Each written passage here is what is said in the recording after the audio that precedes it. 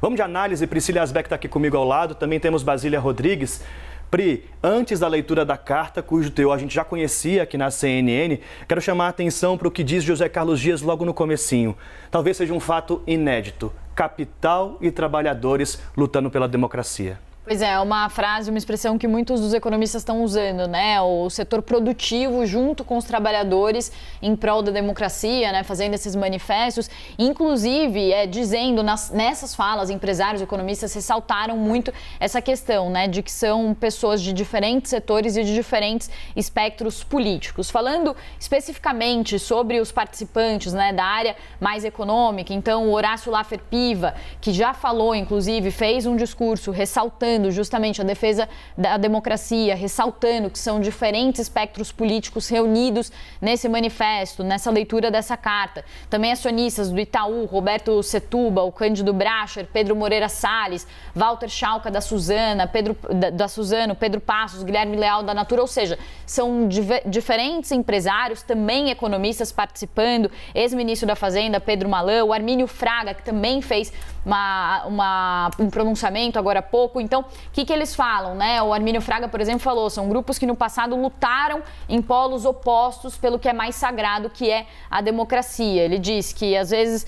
esquecemos que sociedades mais prósperas são todas democracias. Não temos um caminho que não a liberdade. Então, esse tom de que estamos todos ali em defesa da democracia, sem fazer referência a políticos específicos, mas falando sobre a importância das eleições e da democracia, é o que dá o tom aí desses discursos. Então, vale falar que por que os empresários, os economistas aderiram a essa carta e esse movimento, né? O que aconteceu, qual que foi o ponto de virada? Com alguns economistas com quem eu conversei, eles falaram que foi justamente aquela reunião do presidente Jair Bolsonaro com embaixadores. Naquele momento, o setor produtivo percebeu que a corda estava esticando, né? Que o Brasil estava passando uma imagem para fora de instabilidade que estava ultrapassando certos limites. Naquele momento, os empresários começaram a se mobilizar mais e pensar, então, em fazer algum tipo de movimento. Vale falar que existe ainda uma divisão no setor produtivo, entidades, empresas que não aderiram a essa carta, então tem essa divisão. O mercado financeiro também, Bolsonaro tem um apoio muito forte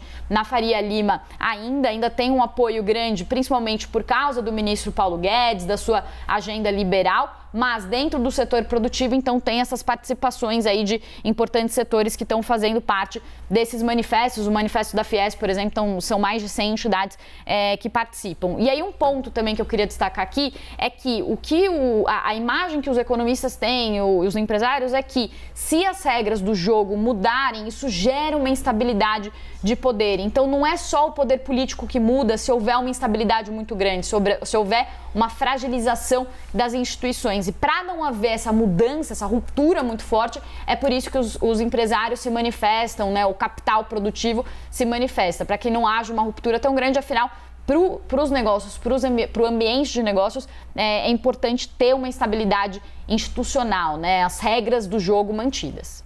Pois é. Bom, Basília está aqui com a gente vê então essa manifestação, né, como a Pri estava ressaltando aí, de empresários, de centrais sindicais, inclusive se alternando, né? A Adriana de Luca está acompanhando lá de perto a nossa repórter. Ele falou que a ideia de quem organizou o evento era exatamente essa: você colocar diversos setores da sociedade intercalando para dar uma ideia de pluralidade. E aí o movimento, né, no caso da Fiesp, daqui a pouquinho também a carta da Faculdade de Direito da USP também será lida, né?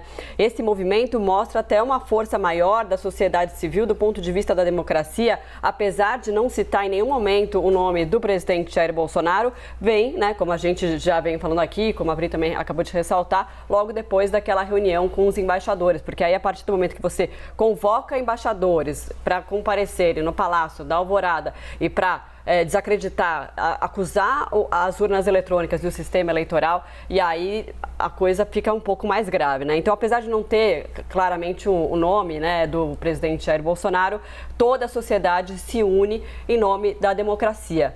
Como que você vê isso? É uma data histórica, um ato político, não partidário, mas político sim, no momento que defende como a civilização, né, como o Brasil tem que pregar, tem que proteger a sua democracia. Então isso sim é um ato político, porém não partidário. Mas o presidente Jair Bolsonaro, seus auxiliares, vestiram a carapuça e passaram a atacar quem defende a democracia, porque seria para eles uma maneira de criticar o próprio governo de Jair Bolsonaro. Isso levou aí à recusa de Bolsonaro a um encontro com a Fiesp, ao contrário do que a gente viu no encontro que ele teve com os banqueiros, né, para mostrar que não está isolado. Então, no primeiro momento, numa reação irritada com quem foi signatário desta carta, tanto da Fiesp quanto da USP, o presidente recusou convites, a exemplo do que a gente viu no encontro com a Fiesp, que não ocorreu. A Fiesp que está fazendo um giro, né, uma maratona de encontros com presidenciáveis. Era para ser hoje, né, Basília? Até aqui não conversou com o Bolsonaro, né, porque ele não quis estar frente a frente com este empresariado. Nem todos os empresários aderiram, de fato, a esta carta, né? Tem cisão aí, como bem colocou a Yazbek, tem divisão no meio empresarial, do agro também, né? A CNA, a Confederação Nacional do Agronegócio, não entrou como signatária nesta carta, mas algumas entidades do agro, sim, assinaram aí a carta, né, da Fiesp e também da USP. O presidente Jair Bolsonaro foi aconselhado, então, a não manter-se isolado, né, do establishment, não ficar isolado de quem comanda o PIB do país, e por isso que há alguns dias aceitou um encontro com os banqueiros, né, aí em São Paulo. Bom, o que a gente tem a partir daqui? Saber como que essa carta vai repercutir. Ela servirá para calibrar os votos dos brasileiros nestas eleições? No mínimo, é uma manifestação histórica, política, de apoio, de apoio a quem eles defendem, aos pilares, aos princípios constitucionais. Se isso não for abraçado por todas as campanhas, então este ou aquele político pode mesmo se sentir atingido pelas palavras deste manifesto. Serviria como uma medida protetiva, né? Pessoas que estão preocupadas com a democracia, com os riscos para a democracia, assinam esse manifesto como uma medida protetiva, fazendo assim uma metáfora em que o agressor são os políticos que atentam contra a Constituição, contra as leis, e a vítima é o Brasil. Na medida protetiva, quando uma pessoa consegue isso, ela faz o quê? Joga a carta da medida protetiva, o papel da medida protetiva contra o seu agressor quando ele se aproxima, ou não? Depende de mobilização, depende de uma mudança de postura ou de mobilização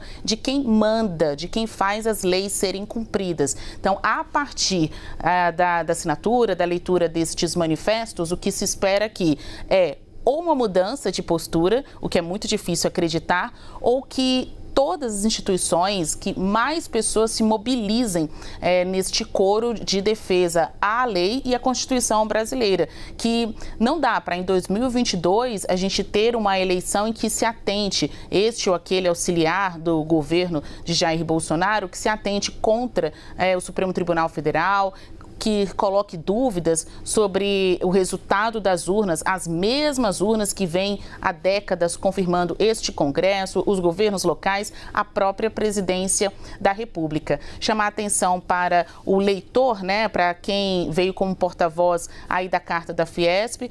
O José Carlos Dias foi ministro da Justiça durante o governo de Fernando Henrique Cardoso, 1999, defensor de presos políticos, foi integrante também, coordenador da Comissão Nacional da Verdade. É um ato político, mas é um ato anti-Bolsonaro. O que a gente está vendo aí é a união de diferentes espectros, tanto da economia quanto também politicamente falando, não necessariamente todos esquerdistas. Tem uma união de pessoas diferentes, plurais, a favor da democracia. Perfeito, Brasília, daqui a pouquinho a gente está acompanhando então ali nas imagens a leitura agora há pouco feita da carta da Fiesp. Daqui a pouco tem a leitura de outro manifesto em defesa da democracia, aquele que começou na Faculdade de Direito da USP, no Largo São Francisco, mas que ganhou o apoiamento. Deixa eu até olhar agora, nesse momento, quantas assinaturas. Olha, já temos 938.911 adesões de apoio à Carta às Brasileiras e aos brasileiros em defesa do Estado Democrático de Direito.